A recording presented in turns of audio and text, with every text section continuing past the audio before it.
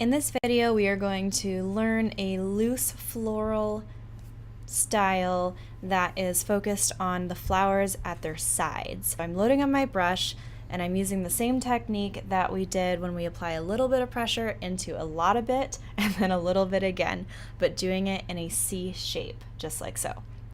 So I go through here with my brush, and now I'm using this as the bottom or the base or the petal that's closest to us. So from here, I am going to go in the center just above and drag a normal petal up and around like so. Do another one right next to it. It's going to be curved more toward the bottom since it's going outward like this. And continue a few of these throughout. And then you also want to add some toward this. You don't have to, but you can add them kind of coming off of the bottom, coming outward. The ones that are in theory closer to us, we want to have darker. So I'm bringing these from the bottom and outward. So you can see that they will have that shape that is gradually going outward. So think of the middle as maybe a circle or a ball, and everything is sprouting off of that, or peeling an orange, everything is coming down. And so I'm adding a couple more petals here. So this is where it can evolve to where it has a lot of petals. So you can also do the same style without having all those petals underneath.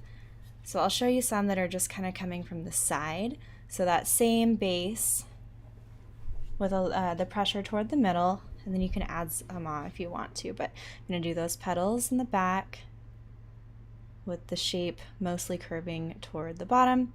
Do something, a petal coming from the base or the bottom of the base that we did. And then have another one, do the same thing, keep some white space in there. So if they're too close together, you might want to do that, keep that white space in, kind of force it in. And then we will bring some coming off the bottom right here, darken that a little since it's closest to us. And then we'll do another one on the other side. Just like that. So just loose strokes to create these petals. Now as we build on this, it might make sense to turn the paper around so that you can create the bouquet in a central form, but you don't want to do that because you want to paint it from the perspective that you're looking at it. Otherwise it'll look like there's just petal or flowers going all over the place. So that's not what we want. So we'll keep it like this, and then we'll just build from that. So I'm going to do another C curve, light pressure, then full pressure, then light pressure again.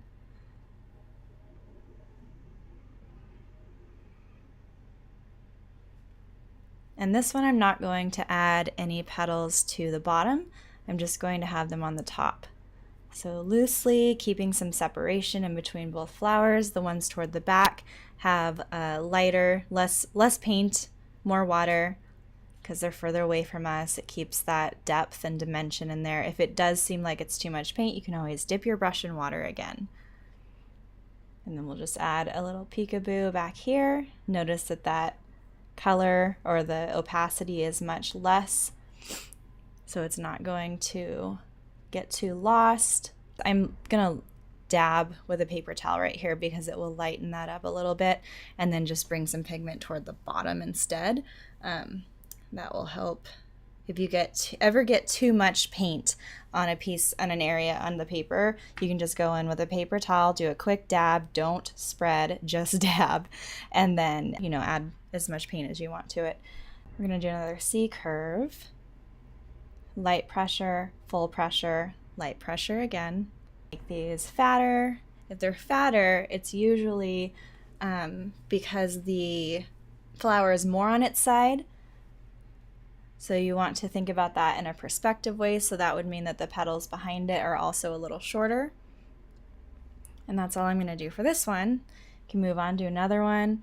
And for this, instead of doing that C curve, I'm making 2 petals in the front.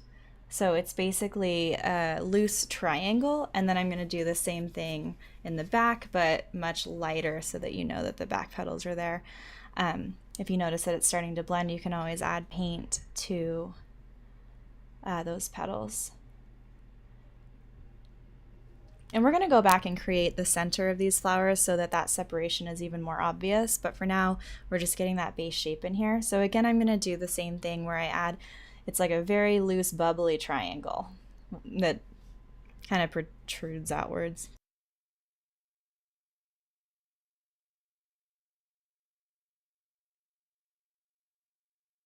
See how that looks like it's way behind because of the depth? So I'm adding paint to let it be known that it is in the forefront, and then the ones behind will be lighter.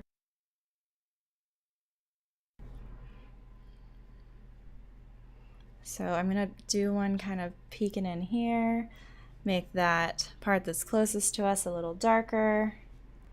This one I can't do that trick where it's the full pressure, so I'm just painting in that shape, that C shape. And then my petals are going to be a lot lighter. Keep that white space in there, keep the white space in to separate from the flower above it, and then toward the bottom I can add that depth in the petal.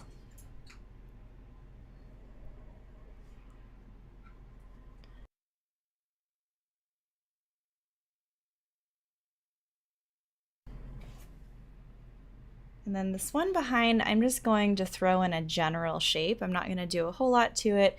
I just want it to have the illusion that this is a full floral bouquet. So that looks about good to me. I'm going to do another one on a couple other places just to fill it out. If you see any empty space, if you think that it might be more balanced, that's how you kind of build your bouquet. So like there's a bit of an empty space right in here.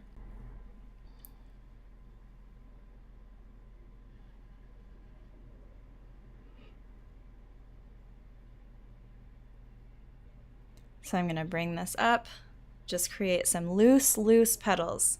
Notice I'm not putting a whole lot of effort into how I'm shaping these petals. It's just mostly pushing some color in there. And I'll do another one down here because it looks like that space could use a little extra friend. And then create lighter peekaboo versions in the back. Maybe push in a little more paint to show that this is in the forefront. Keep that white space in there. It's your friend. There we go. And then maybe just on the side. And that's it. So I will let this dry and come back to it, and then I will show you the next steps.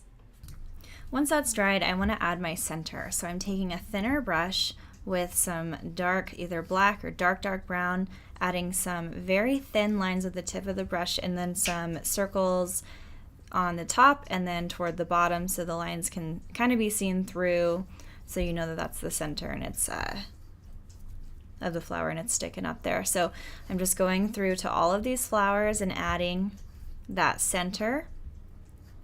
And really all this is mark making. So just real thin, super thin strokes, tip of your brush, or you're just setting your brush down to make some oblong shapes, some circles or ovals.